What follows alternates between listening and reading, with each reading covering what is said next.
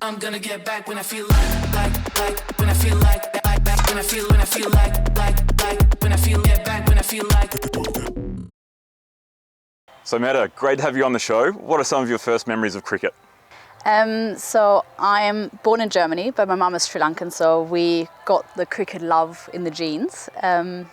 And I basically grew up on the cricket ground. So my mum introduced my dad to cricket, and they both played in the same team together, because back then in Germany we didn't have women's cricket, and me and my brother just grew up on the cricket ground.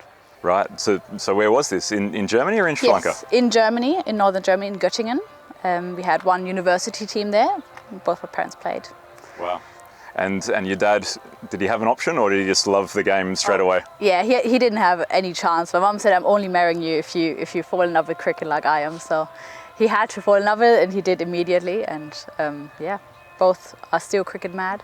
So at home you had plastic cricket bats and things like that? You were playing in the back garden, or? All the time. We had the biggest backyard cricket games in the family. It was like mum and me against dad and Maher, so my brother Maher, so we're just going against each other every day, all day, watching cricket when we're not going on cricket info, just checking the stats every day. So yeah, cricket mad family. And what about when you're at school? Did you talk about cricket when you were at school, or did you play cricket with any other people you went to school with? Yeah, so actually me and my dad went first to my school and introduced cricket as in the school, in the PE class, and then that teacher was like such a fan of it that they asked us to do that for more schools. So when I was about 14, we went to like different schools, introduced cricket. So what was the name of the first school? Max Planck Gymnasium in Göttingen, so that's my own school. Yeah, incredible. And is that school still playing cricket now? Not so much anymore, unfortunately. The team in Göttingen crumbled a little bit, not as much youth cricket as it was back then, but they're just rebuilding it now. So. And what language were you playing cricket in with your family? In German or in Sri Lankan? Yeah? And then did you ever go to Sri Lanka and play cricket over there? I did for a little bit, but I actually, after I finished school, I went to New Zealand to play one season away. It was super exciting to finally play in a nation that has cricket as a proper sport, and seeing that grow in Europe more and more is just really beautiful. And then scoring. What age did you score your first game of cricket and get involved in that way? Well, considering my parents were both playing and me and my brother were just sitting on the side, I was like, maybe I should learn this. So when I was about 12, I learned how to score, and then did my first scoring course when I was 14, and then just developed from there. And I met you for the first time in Frankfurt when you were scoring a game there, and I saw you and your brother there, and so professional, so polite, so committed to doing a great job for supporting the game and supporting what was going on there. It was I knew you were special people as soon as I saw you there, and then obviously your dad was involved, and coming down and meeting him.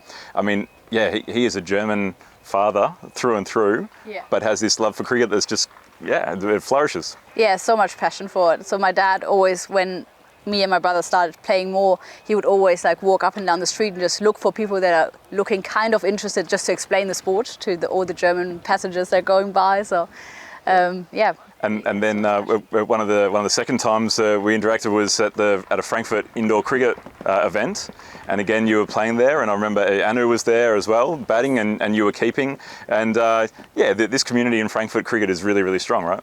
Yeah, it's huge. So when I moved to Frankfurt, we didn't have a women's team. So Anu, who's the German captain now, was traveling to Cologne to be able to play women's cricket. And when I moved there as well, we were then too, and decided to start growing a women's team, and it grew from there on. And I think we're still reigning champions. Yeah, and you've seen, obviously, being part of the European Cricket Network, and you've seen Hungarian cricket develop, and Estonian cricket develop, and all sorts of things happening. What do you think of the strengths of cricket in Europe?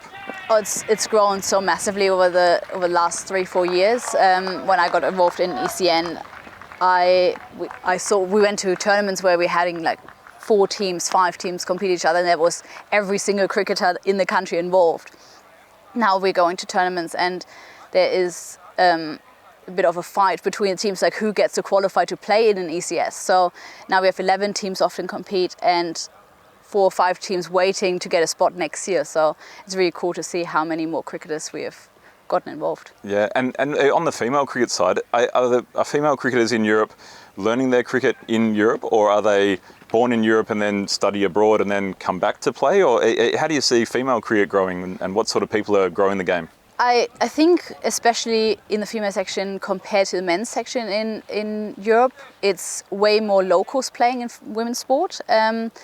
So in men's cricket, I always see a lot of experts, but in women's cricket, I see a lot of locals getting involved through school programs or through friends that get them involved. And when I played cricket for Germany, I was one of the only ones with a cricketing background from the family. Everyone else was born in Germany, had no interaction about cricket from their parents, and just learned it in school. Yeah, it's incredible. I mean, the tennis is obviously a huge sport in Germany and the rest of Europe, and hockey as well. But those skills, if they're learned early, they're transferable to cricket, teenage years and as sporting habits develop, right? Massively, yeah. We always see also girls from a softball background coming in, being quite successful at it as well. And a lot of the women's cricket teams, especially in Germany, have a relationship with baseball or softball teams, and we help out in their games, and they come and play, and some of them fall in love with it and never go back to softball. So yeah, well, that's what it's about. It's about the camaraderie and enjoying the game. But what we want to do is just promote the game. And I think all the European cricket federations that are really pushing with women's cricket now, it's all about promotion, because it's the viral effect of seeing the cricketers play and then bringing their friends and exposing the game there. So yeah, the streaming. I mean, back in German cricket TV days as well, we were streaming and promoting women's cricket in Germany.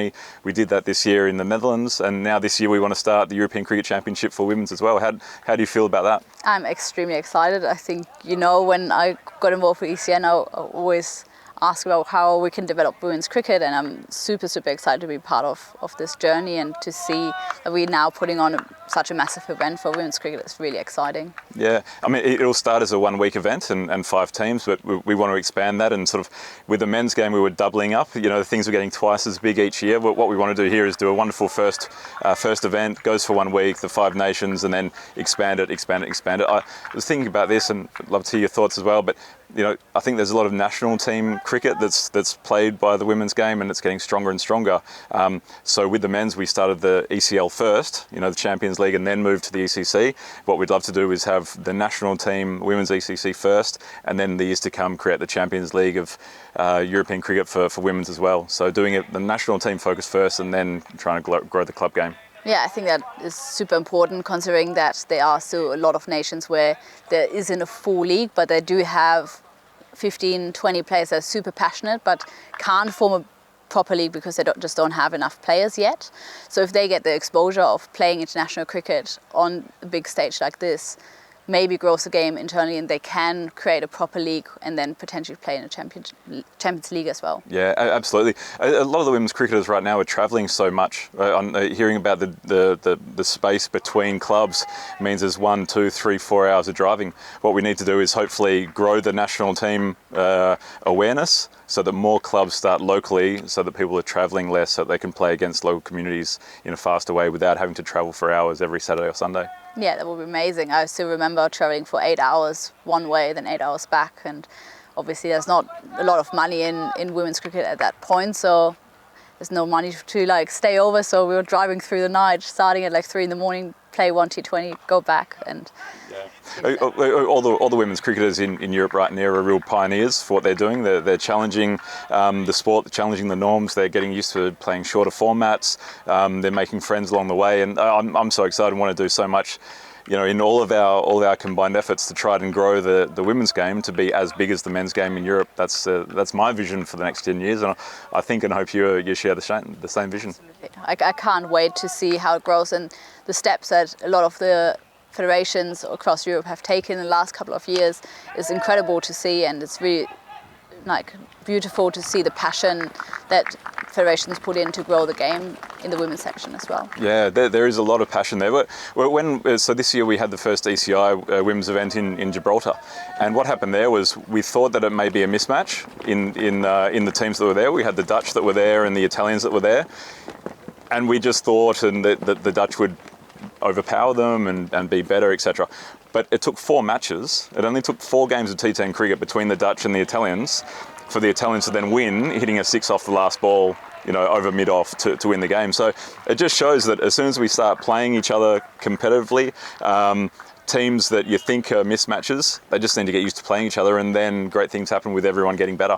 Yeah, I was glued to the TV watching and getting so excited and nervous for the Italian females to like get a win like that in. It must be incredible. And I think shortly after we had a ECI here on the Cartmel Oval, and the Maltese side had never, some of them never had played a proper game before.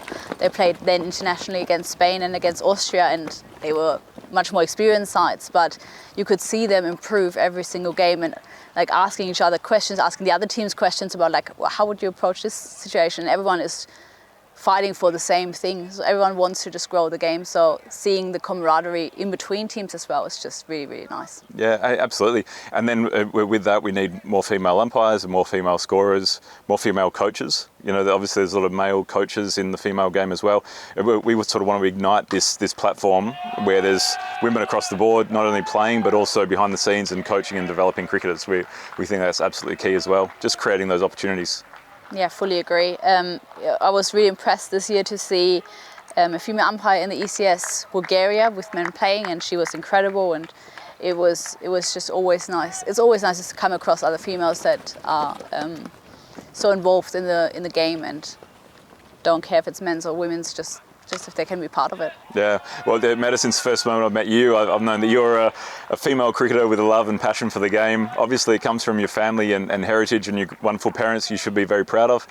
Your brother, who sees you as an equal in the love and the spirit of the game, so playing together with him in the backyard must have been wonderful. And yeah, congratulations on all you've achieved.